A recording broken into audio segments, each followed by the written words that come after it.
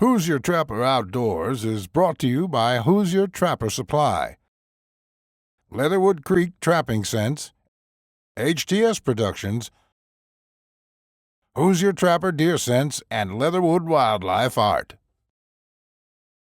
All right, thanks for joining us for this episode 10, season 4 of Hoosier Trapper Outdoors. On this episode, we'll have our usual trapline diary, kind of keep you up to speed on what's happening there. We'll have a couple product highlights, trapline tip, and then we'll also follow up with our question and answer segment. Appreciate everybody sending their questions in and definitely giving us some stuff to work off of. Before we get started, we've got kind of a trapline tip, trapline product highlight right here all in one. Basically, unfortunately we don't have any muskrats anymore around here, and they're pretty spotty, and they're just in some lakes or whatever, marshes. So to be honest with you, we don't even have any place to go trapping. So otherwise we would do this on the line. We've got these deep water muskrat stands, which are handy for reaching down to dens that maybe are deeper than what you could get down to, or the bottom edge sets or whatever. But anyways, these just basically, it goes through the jaws of the trap, and it's made to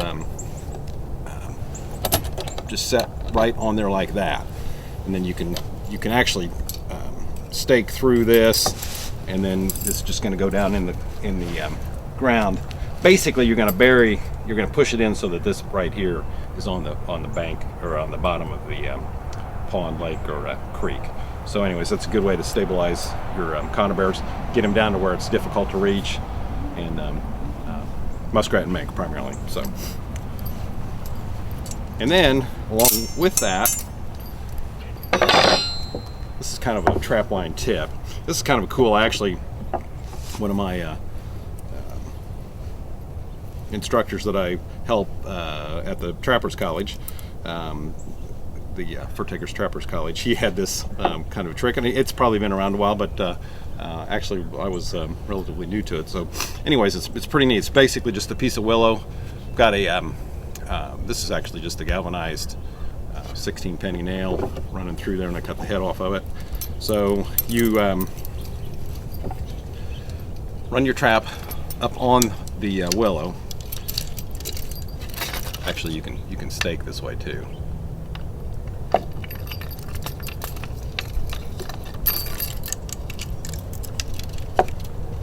And actually, you just turn that galvanized nail into the spring.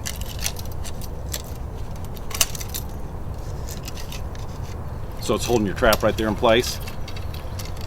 Then you go ahead and set the trap.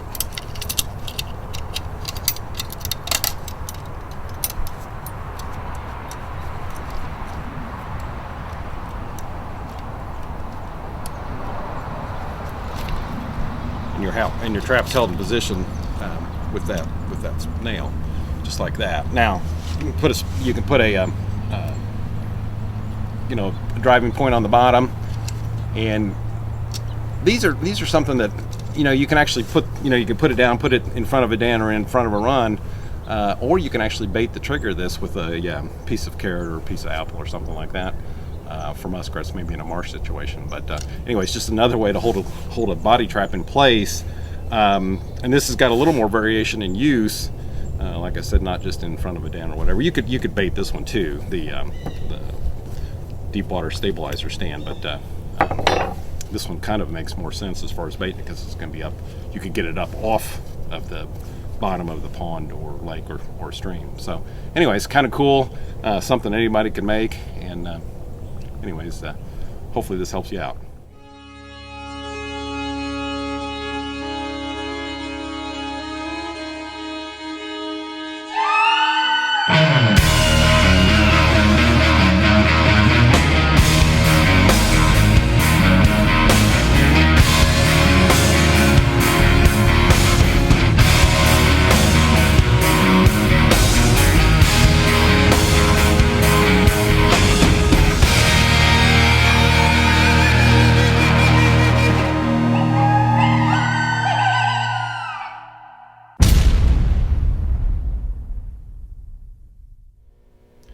For this product highlight, this Utica Cutmaster knife, which is like a muskrat skinner knife has been around forever. In fact, this is our 39th year in business, and I have sold these since day one, 39 years ago, and they were available before that.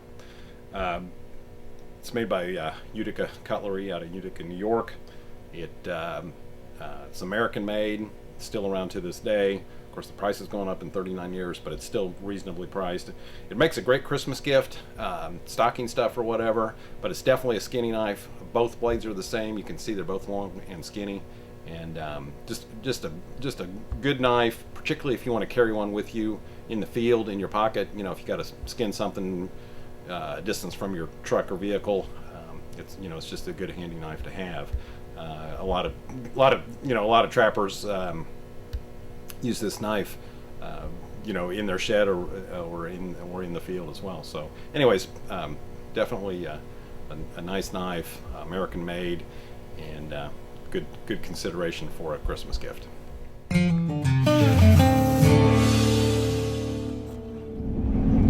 All right, check day 6. We've checked several traps already, probably, I don't know, 20, almost 30, I guess. So nothing yet. Kind of a dry run so far. See what happens. We've got plenty of options out there, and we got a lot more miles and a lot more traps to check. So, I mean, we got lots of prospects. Certainly, we have noticed over the years that when you get traps spread out over this many miles, 60, 70 miles, that you get long dry stretches of nothing happening, no catches. Dead spots is what I call it. Yeah, I call them stale, and nothing's going on, and then you get into an area and you're catching stuff. So, most of us that trap before we work or trap on the weekends, you don't have that advantage. You can't do that. It's just not going to work. But in a scenario where all you're doing is trapping, and you've got the land available to you to trap, I mean, we're on national forest land, and you can get spread out like that. Clearly, some nights are better than others. Animals move better some nights than other nights. But if you do get into that where you can, essentially move in and out of fresh animal areas, then or animals where they're running, it definitely seems to have quite a bit of merit to it. So, anyways, we'll see if we can get one of those areas where the animals wanted to move. So yeah. What we're saying is we have high hopes for the next stop. That's right. Yeah, we're having high hopes to get back into the swing of things. So, yeah, exactly. All right, we'll let you know.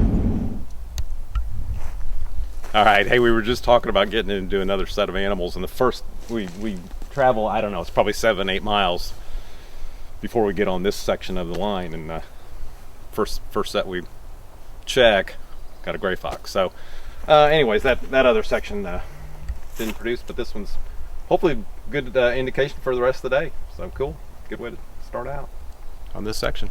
So we'll take it. Good job.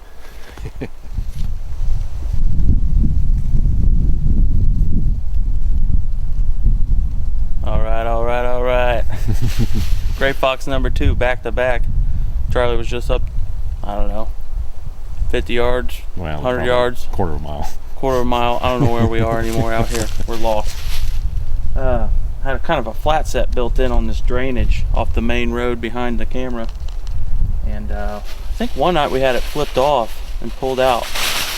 So kind of remade it, blended in. I kind of used, Charlie talked about a way to fence in, kind of guide. I use this rock here to fence them in as a walkthrough kind of set. Lure and urine on that back rock there, that big rock. As you can see, it paid off. So very cool. We'll show you the remake once the remake's done. All right, here's the remake on the set that Justin just caught the gray fox in. Very, very inconspicuous. Kind of a clearly just scent alone is what's doing that, and which is very, very effective. Definitely not a sight that's based on any type of visual attraction. So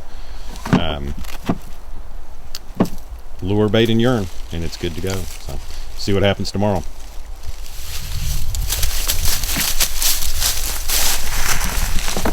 Love catching these things. They're cool. Very cool. Never gets old. No, it doesn't.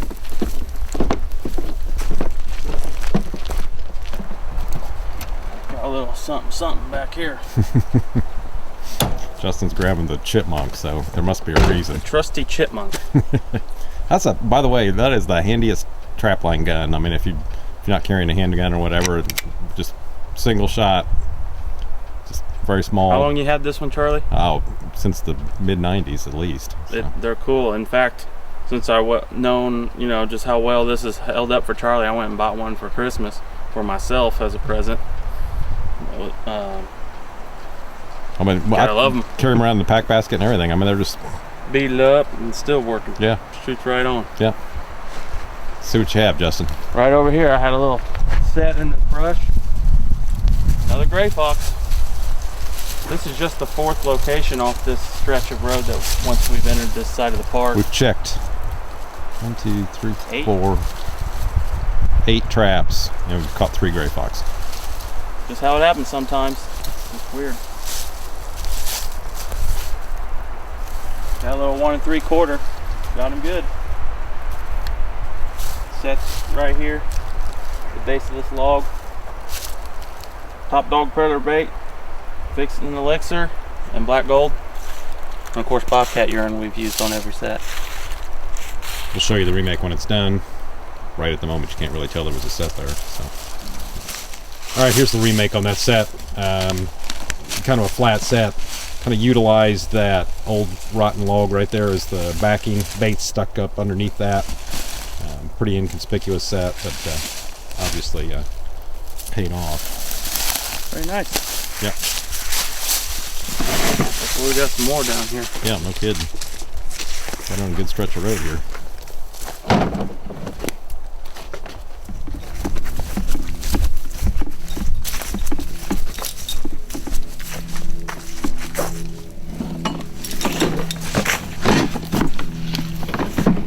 All right, check day 6. Gray fox number 4 in just a short little bit here. I mean, we obviously got on a line where they moved good, and there must obviously plenty of them here. This is the set that caught the possum yesterday. So for those of you that get uptight about possums and remakes and all that, clearly it did not affect this fox at all, and made the set more visually appealing. So clearly he couldn't resist it, and we caught him. So, I can't say enough about remaking the trap, or remaking the set. So anyways, gray fox number 4, we'll take him. Very cool.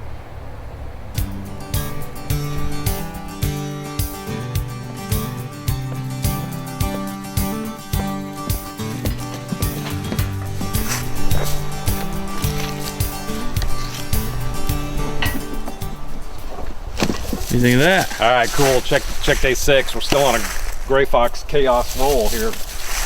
Gray fox number 5 for the day, so very awesome. Kind of a standard dirt hole. We'll show you the remake when it's done. It was just kind of got this old Forest Service road in here, and just some good habitat for these predators to hunt their food prey. So evidently he liked this location like we did. So cool. We'll take care of him, and we'll show you the remake and keep on checking traps. All right, here's our remake on that set that just caught the gray. Of course, Bobcat urine and top dog predator bait, black gold, and finicky feline on this set. So not a whole lot of disturbance. He was one that didn't really fight the set area too much, but definitely anything that comes by here is going to check this out, because of gray fox, as most of you that have caught them know, that they have that really, really distinct smell. So anyways, anything coming by here is going to check this out.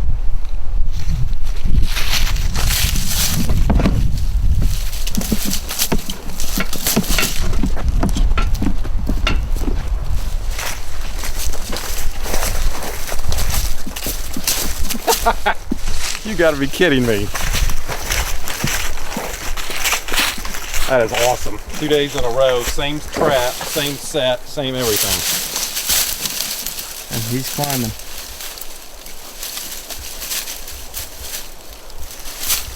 Wow. That is cool. That's cool. Back-to-back days. Back-to-back days, same set, everything. So clearly location. Where Yep. the cats are. So. Got a nice big tomcat, big tufts on the side of his face. Much bigger than yesterday's cat. still that southern cat look to the spots, but you know, just an excellent cat. He looks pretty old. He doesn't have much in the way of teeth left. He's been around a long time, so just a dandy cat. And what a surprise! Two days in a row, same set, everything. You know, so that's very cool. So we'll take that anytime we can get that. But 1 3/4 too. yeah, 1 3/4 Sleepy Creek on that. So, caught a coon here in the dirt hole. He was on a drag. It sure is nice when, you know, coons and stuff can really tear stuff up. So it's kind of nice to have him on a drag away from the set. So it's not much of a remake. It's basically just a reset. So we'll take him. Got check day 6. Really putting it on. So it's been a good day. Awesome day. Great day. Great. Check day 6. Couldn't ask for anything better.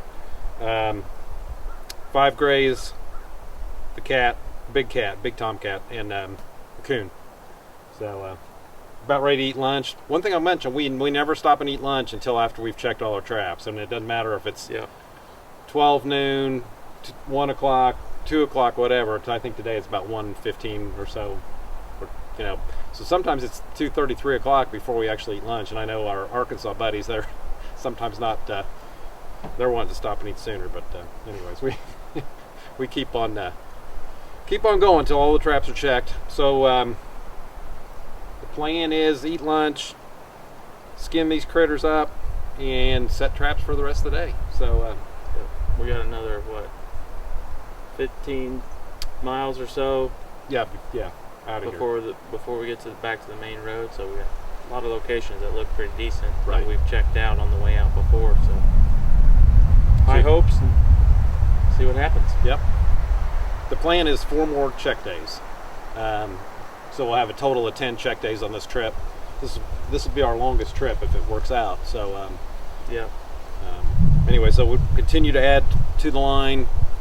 So we got new stuff to check. I might add that the trap that caught the bobcat yesterday, of course that was the one that caught the bobcat today. That set is only 2 nights old and it's caught both nights. So had we not moved into this newer area and set those traps, we would not have caught a cat yet. So I mean, the other area's been good and caught gray fox and coyotes and stuff. But as far as the cat, that was in a new set that's only 2 days old. So 2 nights check on it and 2 bobcats. So it's all about the location, like you said. Yep. Location, statistical numbers, basic math. The more traps you set, the more stuff you catch. The more locations you set. So anyways, we'll get to work. Let's eat.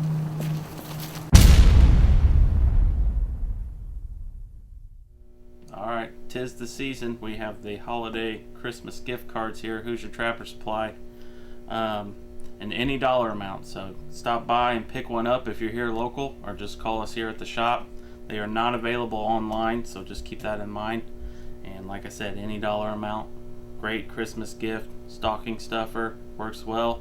And even outside of the holiday season, if you got birthdays or just want to be nice to a trapping buddy, right here a gift card, you can pick up whatever he needs. So alright, I almost forgot, we do have these fancy trap baskets for your gift cards. Real simple, real nice if you want to keep it classy right there. They're $6.95 if you would like one. Either way, you can still get the card without, so why don't you stop by and pick up one. Alright, we're here with our farmland location out here in farm country, Indiana. So this has always been a good hot spot for me here, catching coyotes.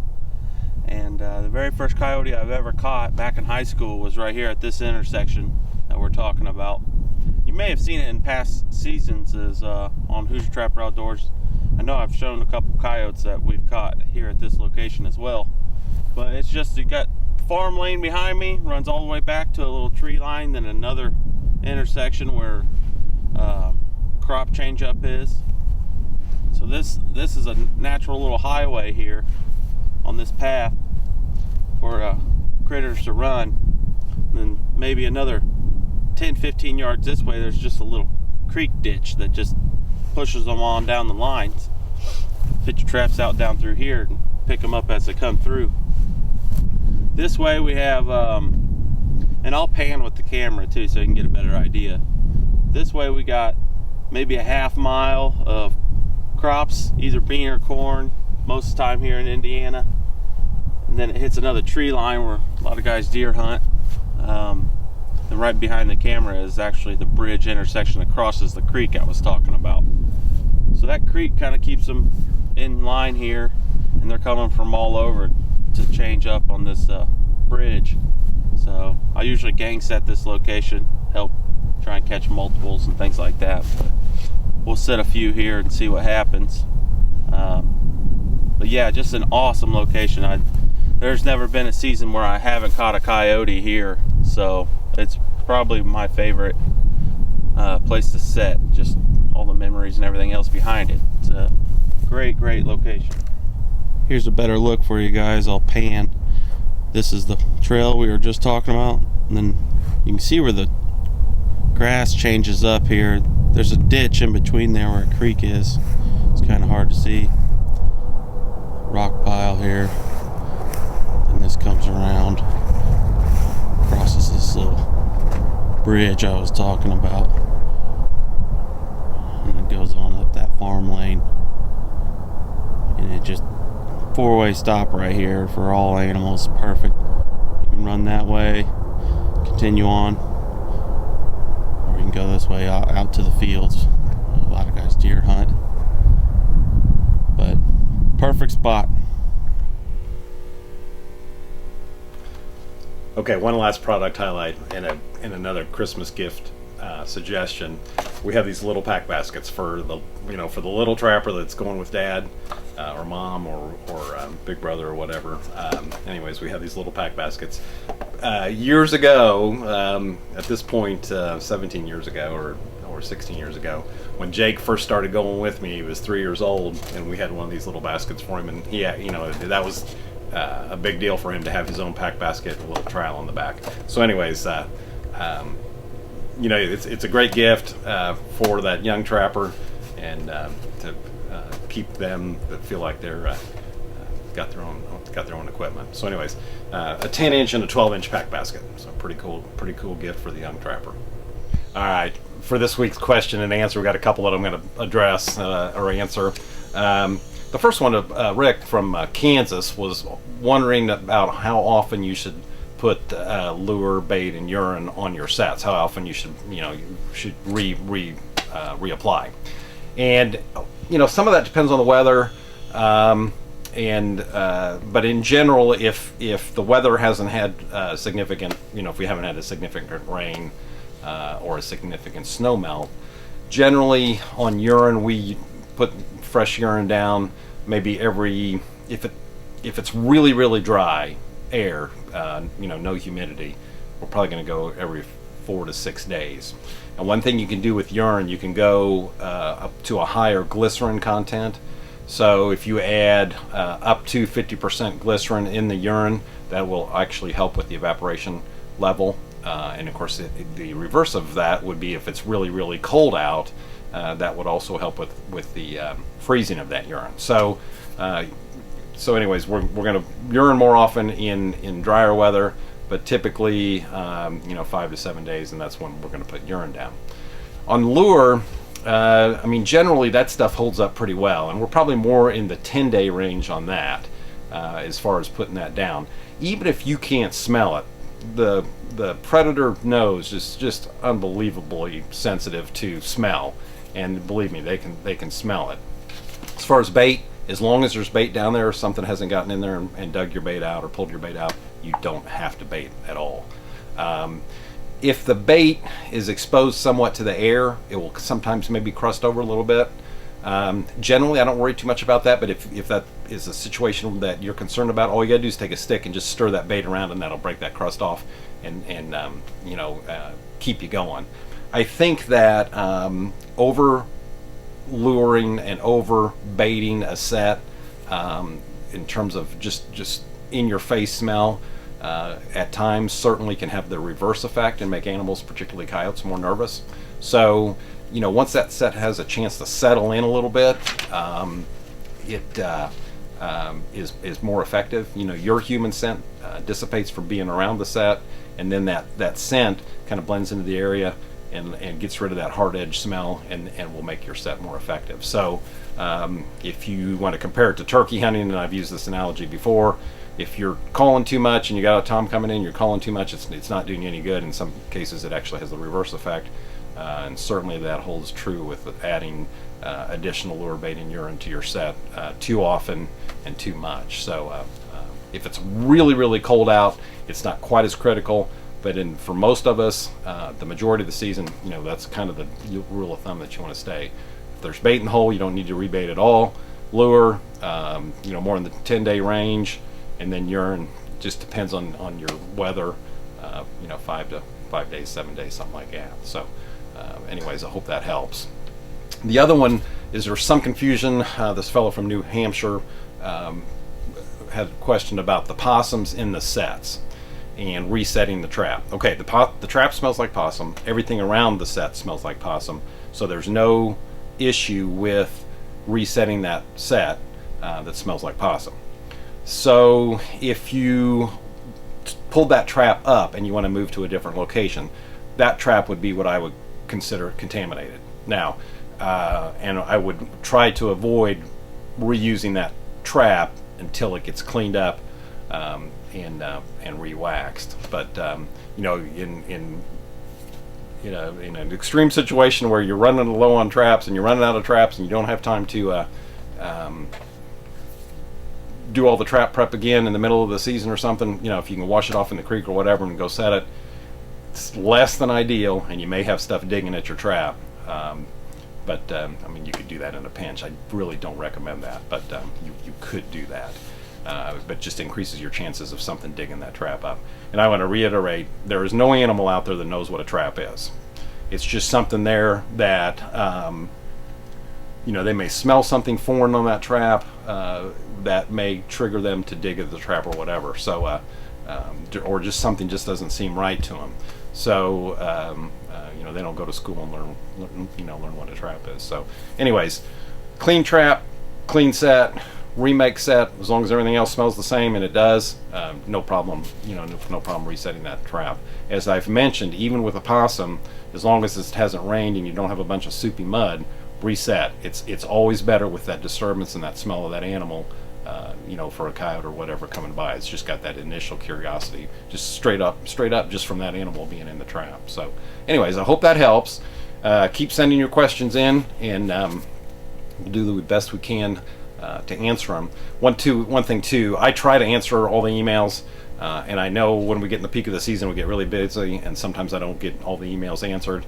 I more than appreciate you guys sending them in, and I want you to continue to do that. But for those of you that maybe I didn't get answered, and I hope there's hardly any of you, I do apologize if I missed one or two. But in general, I try my best to answer all the emails. So, anyways, appreciate you sending the questions in. All right, our new catalog, our 2015-2016 catalog is available. It's got everything you need in it for trapping, fur handling. It's got our line of deer hunting scent in there. So if you'd like one, just give us a call. We'll be glad to take your information over the phone. You can certainly contact us through our website and request a catalog through there by way of email, and we'll be glad to send you one. You can actually print your own catalog through our website as well if you want to do something like that. Be sure to follow us on Facebook, on Instagram, and on Twitter, and that'll keep you kind of up to date as to what's going on. Join us on December 23rd for an all-new episode of Who's Your Trapper Outdoors.